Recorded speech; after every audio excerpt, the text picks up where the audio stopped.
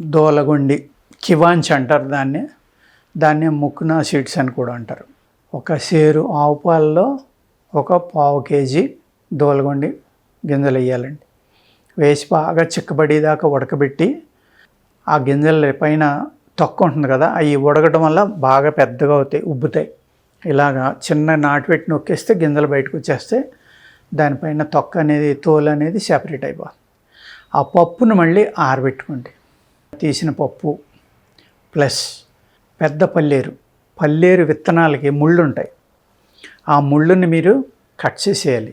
Cut చేసిన తర్వాత వాటిని కూడా పాలలో ఉడకబెట్టుకుని ఒకసారి ఎండబెట్టిన తర్వాత ఈ 2 రకాల చూర్ణాలు కలిపి మీరు జాగ్రత్తగా ఒక లేహ్యం లేక కానీ ఒక చూర్ణం లేక కానీ కలుపుకుని ఈ 2 ఏ తూకం ఉన్నాయి అంటే 2 50 గ్రాములు తీసుకున్నారనుకోండి, 2 కలిపితే 100 గ్రాములు అయింది కదా, ఒక 100 గ్రాములు పట్టిక బెల్లం చూర్ణం తీసుకోండి.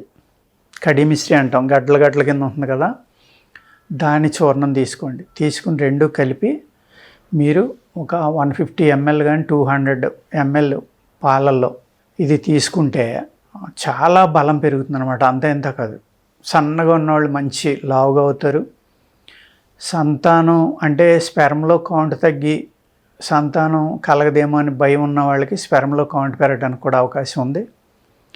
అదేవిధంగా ఇది తీసుకోవడం వల్ల మూత్రావయవాలు ఏవైతే ఉన్నాయో కిడ్నీలు, గాల్ బ్లాడరు, యూరినరీ బ్లాడరు ఇవన్నీ కూడా శుద్ధవుతాయండి.